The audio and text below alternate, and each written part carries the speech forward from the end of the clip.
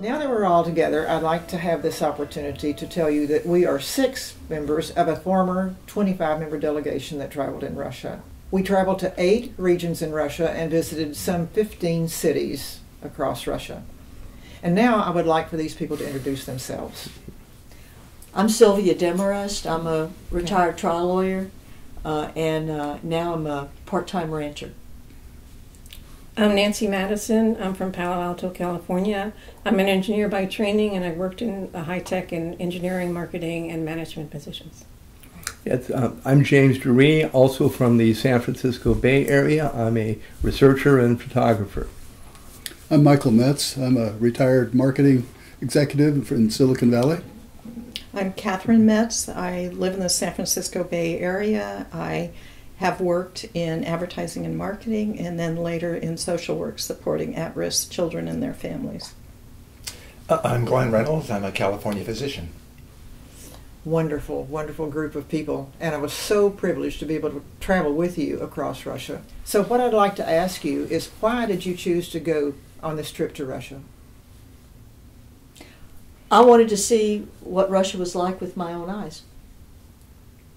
I'm a bit of a history buff. After I retired, I went back to school and got a master's in European history, and I'm just fascinated with the robust, rich history of the country of Russia. I've been to Russia many times, but I was very impressed by the list of speakers you lined up, and I was really eager to hear them, and I was also interested in going to a region. I've spent most of my time in Moscow and St. Petersburg.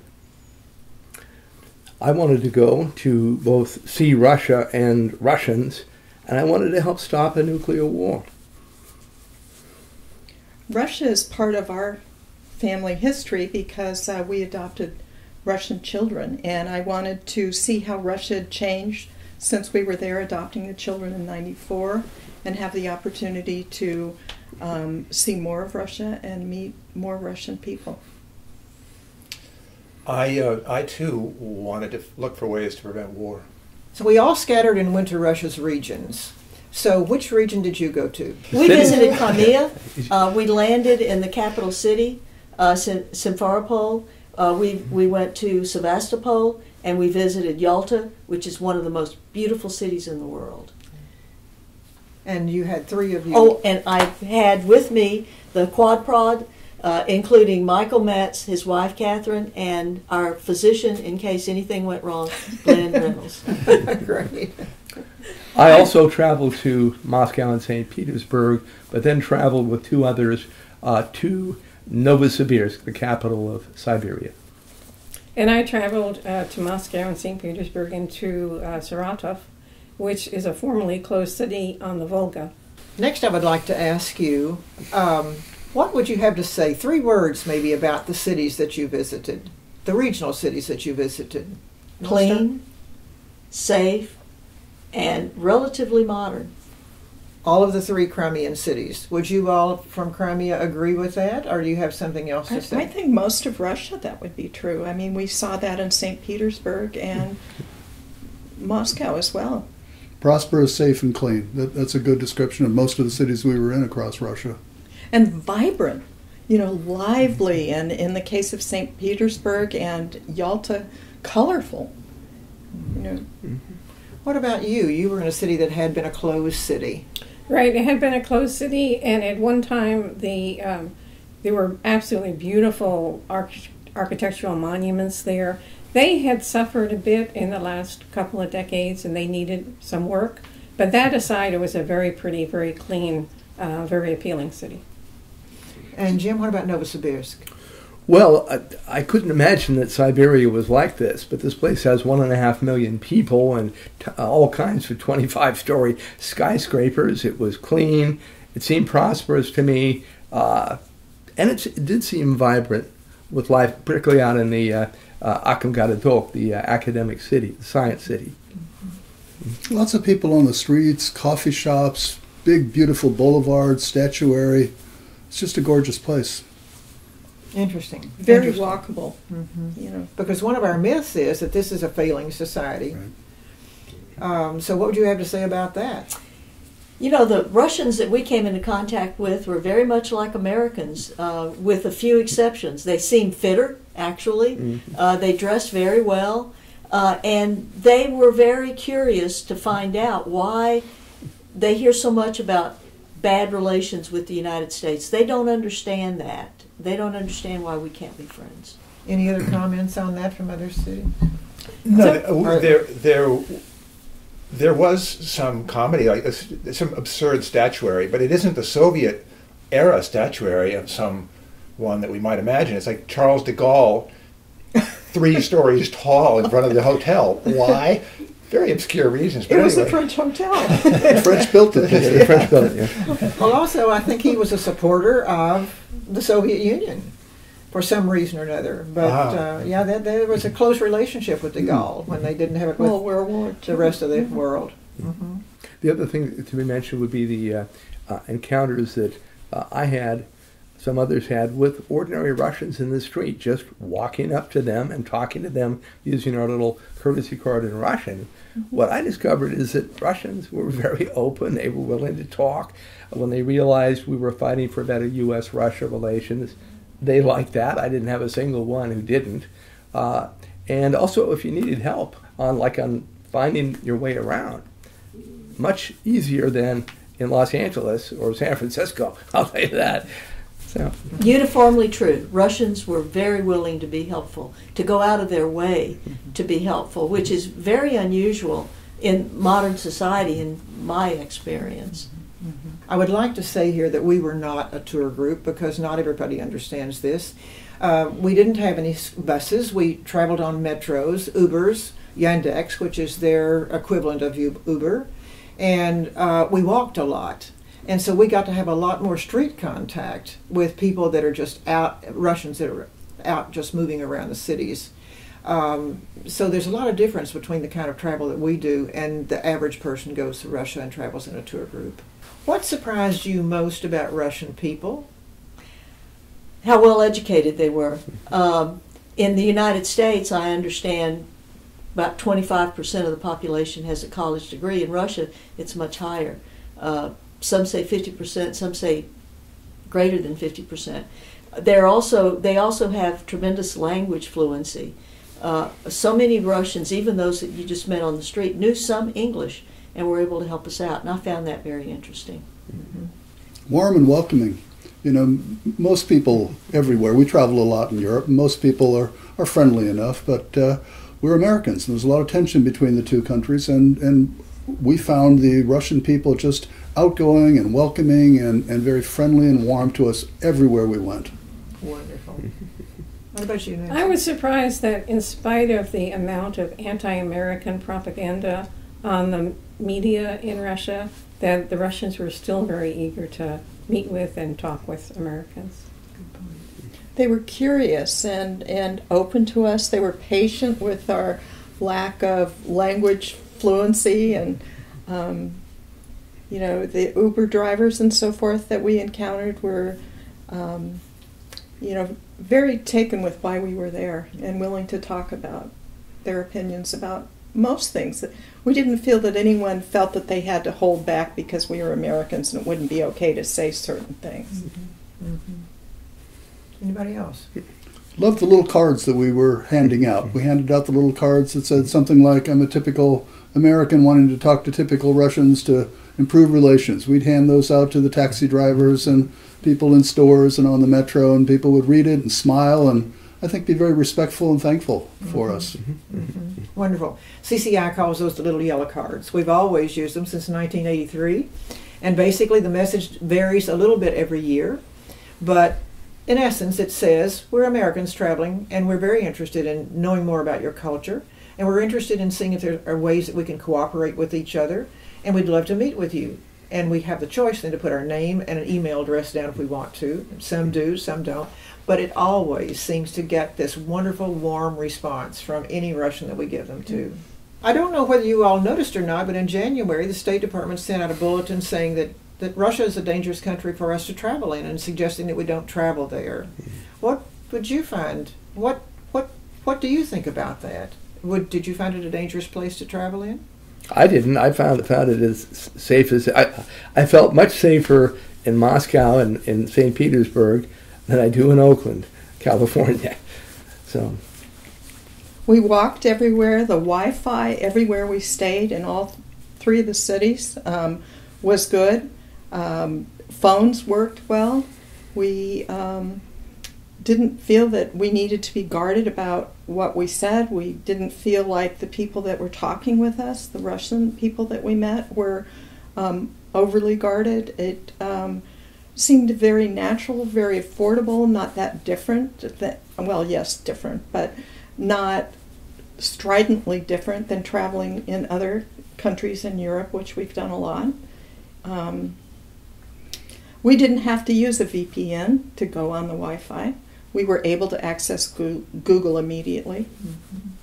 We heard that kind of caution from lots of people before we went. When you told people you were going to Russia, the eyebrows went up and, ooh, be careful. Be careful of what? Well, I don't know, but be careful. You're going to be watched. We heard that a lot, and it's just kind of nonsense. It's no different than traveling in France or Germany or other European countries in terms of safety. One big difference is that everybody respects the no jaywalking laws. One striking thing: nobody jaywalks. They wait until the lights change. Having lived in Chicago and New York, we were in trouble a few times because we were jumping out there before we should have. Did any of you have any other? Seatbelts. They don't use seatbelts quite as much in Russia as we're used to in the United States. And there's more smoking, but I mean, you're not, other than possibly being brushed by somebody walking down the street with a lit cigarette. No, we didn't have any issues with safety. Moscow and St. Petersburg are considered two of the safest large cities in the world. I mean, there have been surveys that have indicated that. About Crimea, when I would tell my friends that we had gone to Crimea, if they knew anything about Crimea, they might ask a question such as, well, did you feel safe going there? We understand there's a war going on. Well, nothing could have been further from the truth. Crimea was very peaceful and very safe, and as was the rest of the country that we visited. So I don't know what the State Department is thinking about, but as far as being a tourist in Russia, you're very safe, and that was proven to be true during the World Cup, where millions of people went to Russia and didn't have any problem at all, and neither did we. And Mike and I stayed on for 6 days in St. Petersburg after the group left, stayed in an Airbnb, and were essentially on our own and had a wonderful time. No guns. No policemen carrying guns. It was a bit of a relief to see that. That was very striking. That was one of the first things that I noticed. The first thing I noticed was that there was no homeless people. Mm-hmm. And I really wondered about what on earth is going on here. How are they managing? Because of all these rumors that Russia's just full of homeless people. There were no homeless people. And then you start looking around, and although there's a lot of security, because there's a real threat of terrorism, the security is not intrusive at all. And I only saw one sidearm the entire time I was in Russia. One gun. That's it. And going into schools, you were checked for weapons. Absolutely. So, I mean, it was you were checked security everywhere, rather than policemen or armed guards. You had to go through security to enter a large hotel. You had to show your hotel card to be able to go up to the room. So that level of security was always there. But it was always polite, never intrusive. And the fact that there's no guns, I was just astonished about that. Coming from Texas, that's a bit of a shock. I was astonished about that. Because I visited many countries where people are walking around with heavy weapons. And I saw one sidearm. We stopped off in Helsinki on the way back. It was the first thing we noticed when we got off the plane. All the policemen carrying guns. We hadn't seen that for the 3 weeks we've been in Russia. Wow. Sharon, I'd like to add a couple of comments regarding both the situation with the homeless in Russia as well as the State Department position. Regarding the State Department, I did a little investigation into why they came up with a warning about not traveling to Russia. And it turns out that warning came out immediately after there was a huge reduction in the staff at the embassy in Moscow, and the consulate in St. Petersburg was closed. And the rationale seems to be that they were very concerned that if an American got in trouble, while in Russia, they simply did not have the staff to support that American. And that, I believe, is why they came out with that warning. Interesting. Thank you very much for that clarification. And then regarding the homeless, I witnessed a really interesting conversation at a Moscow school between some of our fellow delegates and some parents of the students at the school.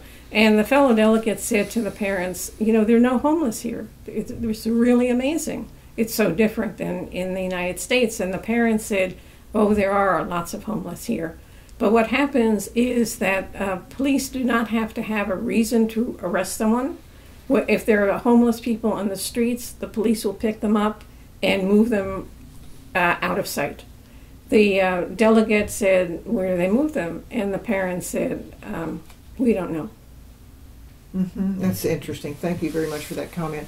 I have another thought on that, and is that always it has been that people who are questioned by the police had to have a place of residence in Russia. And today there are a lot of Tajiks and a lot of people from other countries who don't have a residence, and they either are that or that they have to have permission of some sort to be there. And if they don't have any residence and they can't prove anything, they are literally taken off of the streets. I don't know whether they're sent back to Tajikistan or some of these other places, but I do know that one has to be able to prove your identity. They carry passports and have for the last 50 years that tells where they are living, and they have to prove that they have been able to have these papers with them at all times. And so I wonder how that plays into this factor also.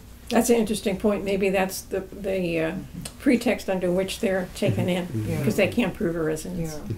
A lot of these things are complicated beyond anything that we can understand. If we Certainly. hear one rumor, we don't have a clue where these other factors are coming into play. Let's talk about U.S. sanctions on Russia. Did you find any information about whether these were deeply affecting Russians, or what's going on with the sanctions in your point of view? Or did you talk with people about this? I think it's a complicated issue. It's a little frightening, the sophistication that the United States has taken this idea of sanctions to. We've got sanctions in at least half a dozen countries around the world. And in Crimea, where we were, oddly enough, even though the U.S. line is that Crimea was invaded by Russians, the U.S. has now applied heavy sanctions on Crimea. And I think that, yes, it will affect the economy there over time.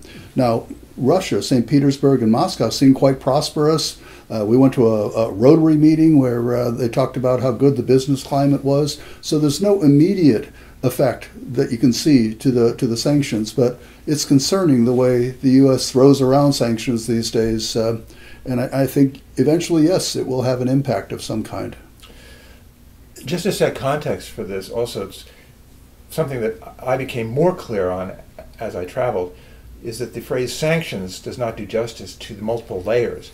There are sanctions that were put on in 2006. There are sanctions that were put on in 2012. There are various layers of sanctions. So when one speaks about the sanctions, it's actually it's not very helpful.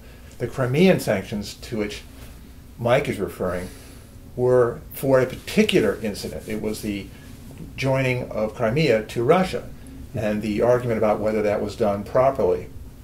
And there were other sanctions which came earlier. So you have to distinguish which sanction you're referring to. In my experience, the sanctions did have an impact immediately on the Russian population, the sanctions on the import food. Yes. That severely handicapped them for a while. But what the Russian government decided to do is to develop its agricultural sector. It's done that amazingly well. So it is now, Russian agriculture is thriving, and the Russians don't feel that portion of the sanctions anymore. One of the people that we dealt with in Saratov, her business primarily had been in consulting with U.S. businesses on how to expand into the Russian market. That business has totally dried up. So she is now teaching English and interpreting and so forth. So they did have some impact on the individual Russian. I don't think there's any question that sanctions will have an impact on Russia in terms of economic performance and economic growth. It just has to, because Russia, under the sanctions, is unable to deal with the rest of the world in the way that Russia would prefer to be able to deal with the rest of the world. But in the long run, whatever the goal of the sanctions are, if it's to change Russians' behavior or to get them to modify or to give Crimea back, for example, it seems to me that that's probably not going to happen. But have the sanctions inhibited economic growth? I would have to say yes, but the other side of that coin is that it's forcing Russia to develop its own industry. And in the long run, that's going to be good for Russians. It seems to have really affected tourism in Crimea. You can't use credit cards. Many of the young people who were learning English and planning to work in the tourism industry are now rethinking their plans because tourism is just not thriving, and whether that's entirely sanctions or whether it's just a reduction in foreigners coming to Crimea, it's hard to know. I think that the principal impact of the sanctions may not be of an economic nature. I think it is of a political nature. Since the sanctions are not, well, they're not legitimate, let me put it that way, and the Russian people certainly don't think that they're legitimate having sanctions against them, a larger section of the Russian people is going to be embittered against the United States, even though they are not anti-American. That's a problem. Just one little tidbit to Sylvia's point. We bought Russian cheeses in the grocery store that wouldn't have been available back when they imported all their cheeses from the EU. Yeah. So They have 180 varieties of cheese. Wow. They're Russian- very Russian proud of it. varieties. Wow, of you cheese. don't Russian- mean it. I remember when I asked a Russian woman in the 90s, well, what kind of cheese is this? And she said, Sharon, we have only cheese. They have 180. They are very, very 180 proud. kinds now. Amazing. You know, I don't want to beat this horse to death, but I think for our audience, what people need to understand is this is a country that has a tremendous amount of resources and potential, highly educated population that are technologically very, very adept. The more pressure you put on Russia, the more they will respond in terms of developing industry, developing. I understand they now have an airplane, and that the development of this airplane was the reason for some of the latest sanctions because it has composite wings, and the engine will be built completely in Russia for the first time. An engine has been built completely within Russia since the collapse of the Soviet Union, and it's a competitor to Boeing and Airbus. This is what we're looking at. We have a choice. We can either be friends with these people and have them be part of the West, or we can have this country use its tremendous economic potential to basically develop competitive industries, and that's what they're doing. The immediate answer to your question, did I see anything? I think your question was, do we see anything about the sanctions? And in Crimea, we did. We saw people very unhappy. I mean, that's the evidence, is that the people were extremely happy and spoke to us vehemently about, please tell us why you're doing this. And the effect it's having appears to be the wrong effect. It appears to be making the average citizen unhappy with America. They do not see the logic behind being sanctioned when ostensibly it was the United States, ostensibly it was Russia that made them the victim. Just as Mike was saying, it is not clear to the average citizen the logic behind this, and so they see it as a mean-spirited punishment. It's not the effect we want to have. It didn't seem so. Yeah, so true. So true. How did the Russians that you met in these various places feel about Vladimir Putin, the president? Is he a crook? Is he a criminal? What kind of response did you get from people? I made a point of asking people. So I've got three perspectives on that. First, in Crimea, they love Putin because they see him as the fellow who saved them from the right-wing Ukrainians that were going to come ruin their country. So we saw photos of Putin hanging in the hotels, and the young Putin in a sailor uniform looked like in a Crimean hotel.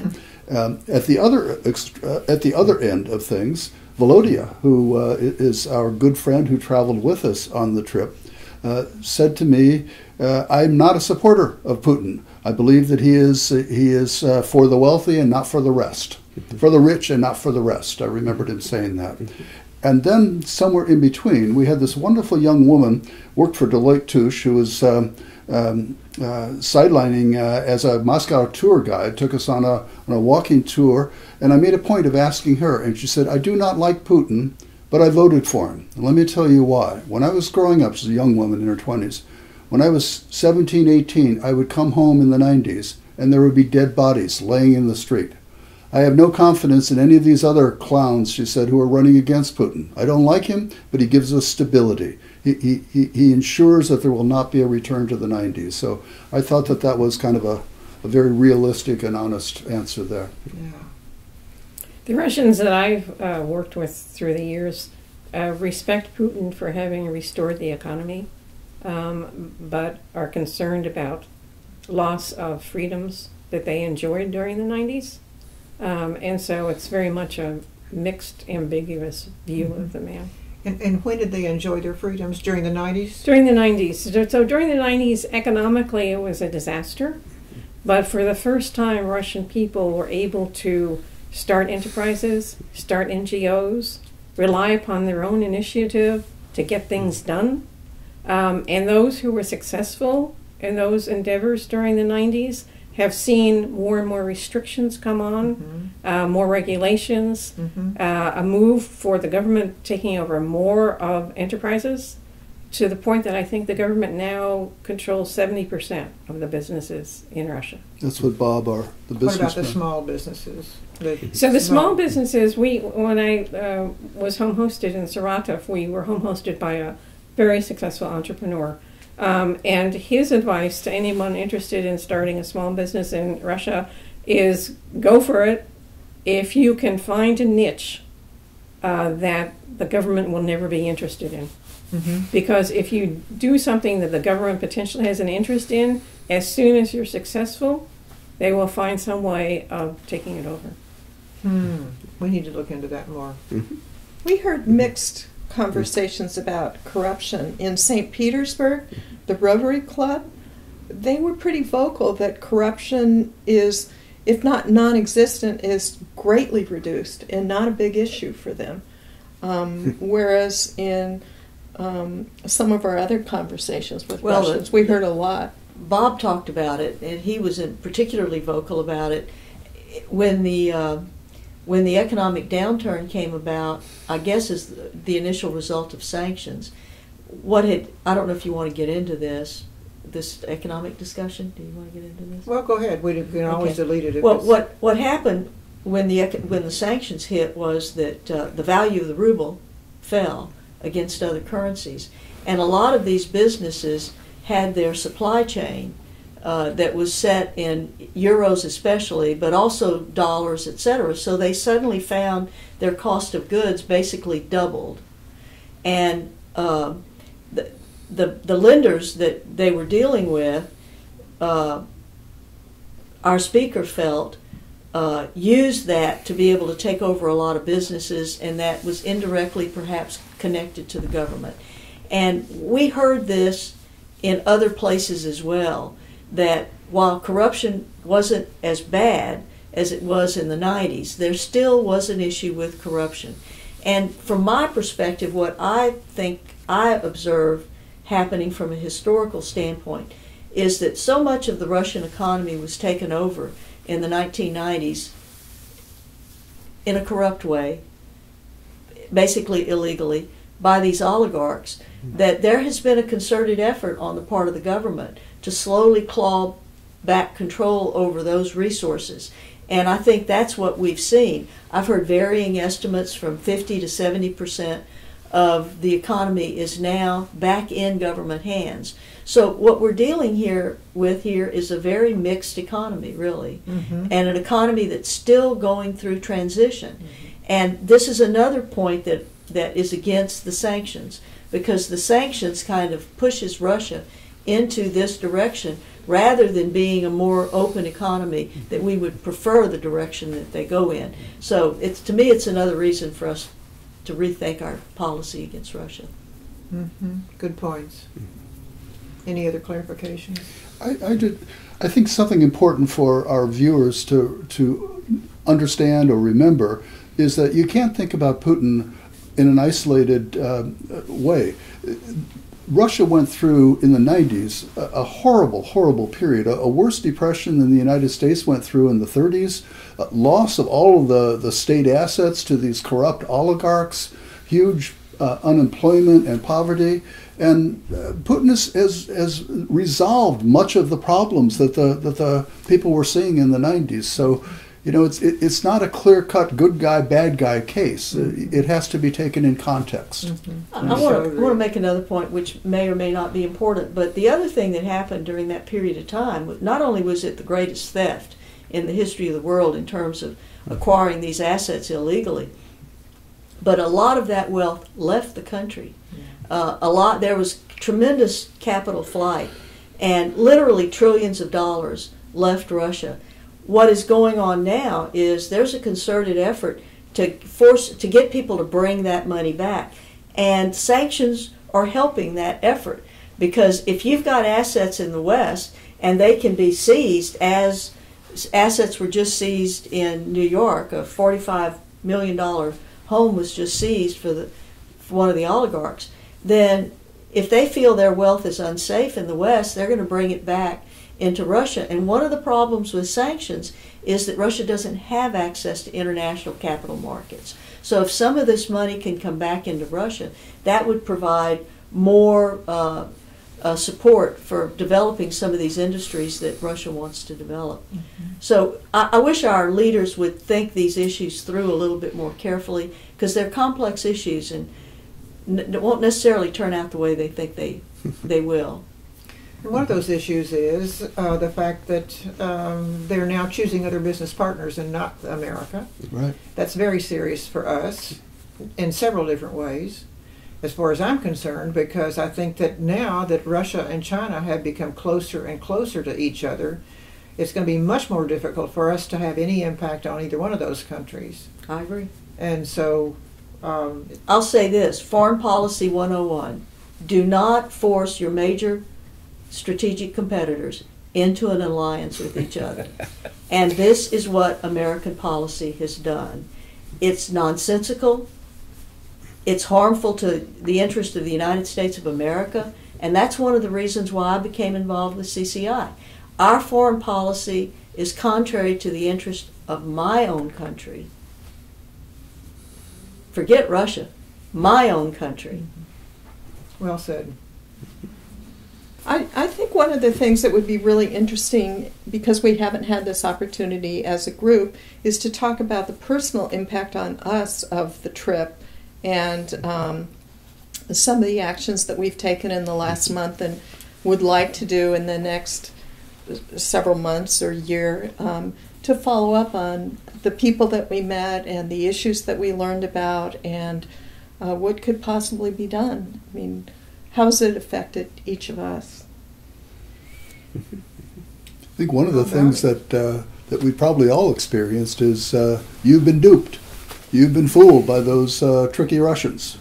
When you come back and suggest that all is not what we read in the mainstream media, that these are friendly people who care about their kids and their kids' future and doing their jobs and the same kinds of concerns that Americans have, people have a tendency to think, my goodness, he's somehow gone over to the other side. He's been duped. He's fallen under the spell.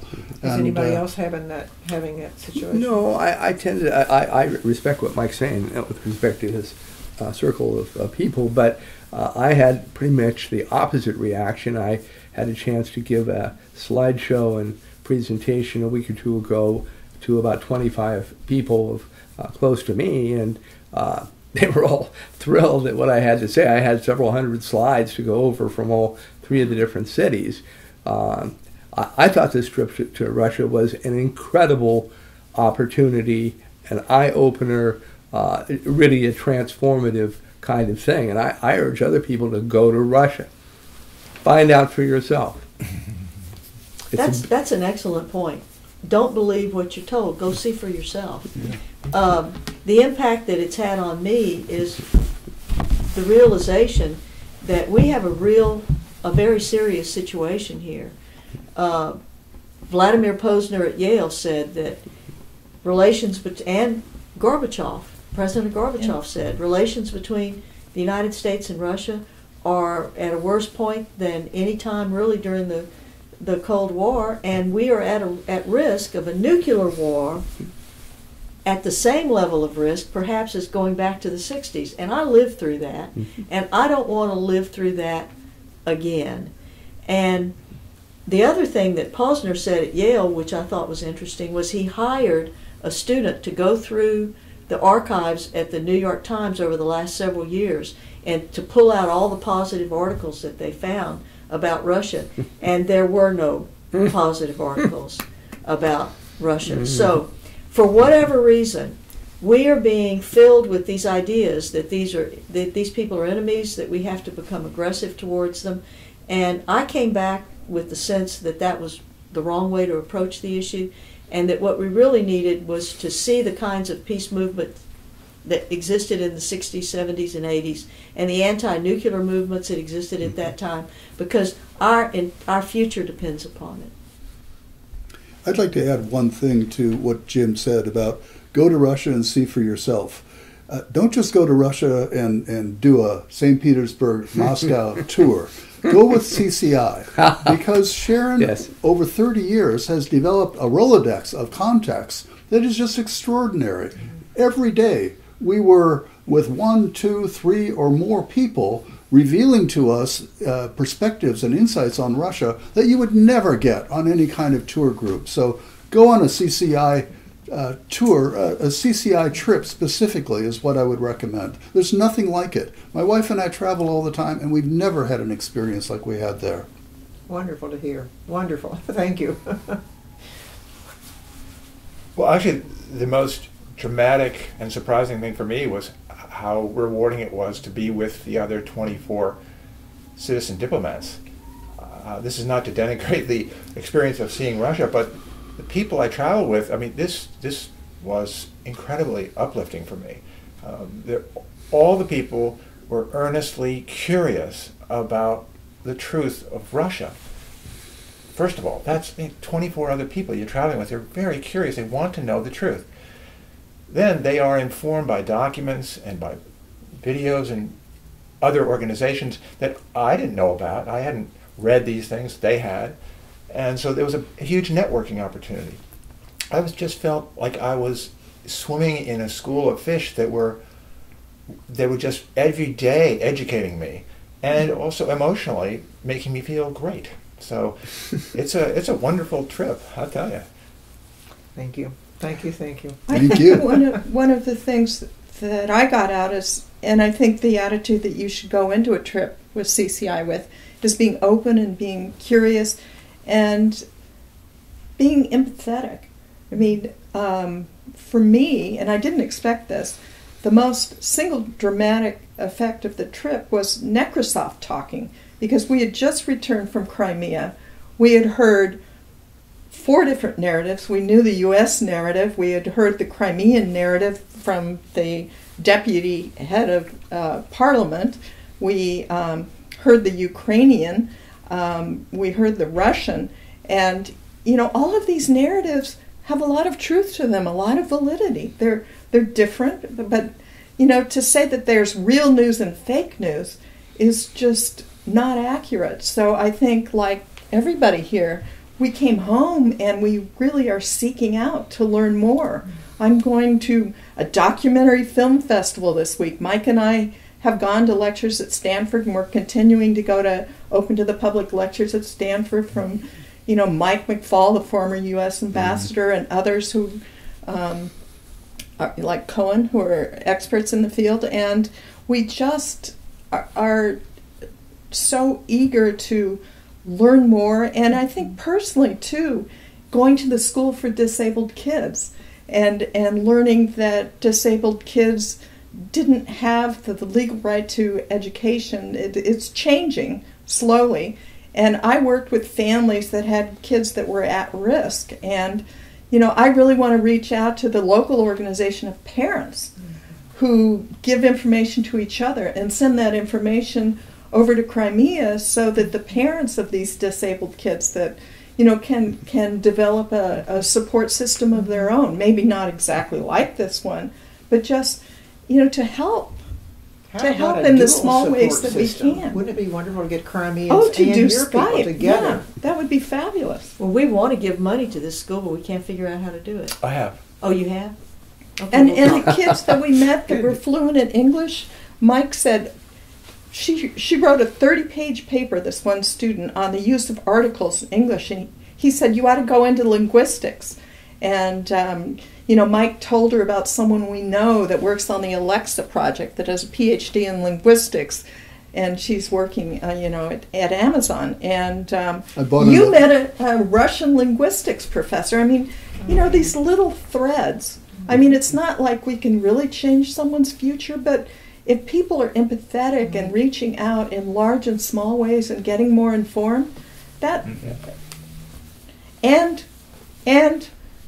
voting and talking to our representatives and doing what we can to influence the process towards peace. I think that is a wonderful outcome of this. Wonderful. I bought an Alexa for the school. I've got to figure out how to get it to them now. We'll talk about that later. Nancy, any other comments? So I've worked on exchanges for many years. This is the best exchange that I've seen for adults, for Americans to learn about Russia. I enjoyed it very much, and I would encourage lots of people, anybody I can talk to go on one of these programs. My concern is that the exchanges that we have going in the opposite direction, from Russia to the United States, professional exchanges of adults, they are funded by, the ones that we've been most successful with are funded by the U.S. Congress in a program called Open World. And the budgetary funds for that program are in jeopardy. And so my concern is that we need to raise the visibility of those kind of programs so that we don't lose the opportunity to have Russians come here and have the same kind of experiences that we had in Russia. We just had a group of Russians go back to Moscow. They are public defenders. And they were, their eyes were opened as wide as your eyes were open when you were in Russia. They were just amazed at what it was like to be in America. And so my concern is that because of all the friction between the countries and because of Trump's position, that program will go away. Sharon, what did you think about this trip? What do you think a really positive outcome of this trip could be, and what are some of the changes that you've seen that have come about from past trips? Oh, Kathy, that's a full hour's worth. But thank you. I'm glad that you're interested and delighted that you've had the experience that you've had. This particular trip was, without a doubt, the most important trip I think that CCI has ever taken. Always before, we started out in the 1980s just simply lobbying Americans toward all of these republics of Russia and then saying, enjoy yourself and come back and tell us what's going on. And so we did, I don't know how many of those. I led 29 of them myself.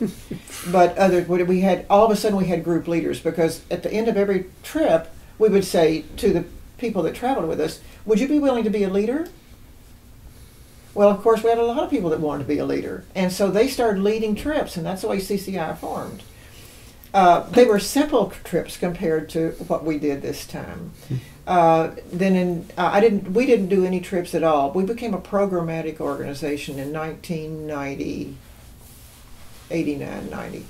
It was too dangerous for us to take Americans to Russia during the 90s. It was criminal. It was lawless. It was horrible. And so at that time, we were developing programs training the young Russian entrepreneurs how to develop businesses in that horrible economy. And with that, we became totally self-sufficient because we were able to create money that way for ourselves to hire staff and so forth. And I didn't do any more. We did no more of the trips of Americans going to Russia until 2014, 15. 14 was when everything broke loose with Ukraine. And in 15, then, that was the first time I traveled to Crimea. And then I began taking people to Crimea and other places. And this is the first trip that I have ever hurled American citizens out into 8 regions and 14 cities, 15 cities. And so it's by far the most complicated trip that we've ever arranged. It got more perspectives back because I'm delighted to have you 6 here, but the other 20 that came, or 19 or 20 that came with us, would equally have the same kinds of responses that you've had and more. And so I feel like that you could be the nose cone of a totally new approach to developing understanding between the 2 countries. I'd like to share a plan with you after we finish here and see what you think about it, because somebody has to do something in order to pull us away from the nuclear brink. Personally, if it weren't for that, and I'm so glad that Sylvia and a couple of you mentioned this, because if it weren't for this, I would be having fun with my 11 grandchildren. I would be doing something very different from what we're doing now. But I feel absolutely and totally dedicated to this. I feel it imperative for me to continue at age 82 because there's nobody else in the field that has the same amount of experience or that has the connections across Russia's 71. Well, we have connections and we have people in 71 regions of Russia that would take any Americans in if we send them out to them. 71 regions. Russia has 85 yes. So the vast network out there is ready to do anything they can to have a better relationship with the United States and with us Americans. And I think there are ways to do that. And so I'd like to talk with you about that at a later time. So yes, to answer your question, you were a very special delegation. And I think a very special group of people came together to do this. You were responding to the times.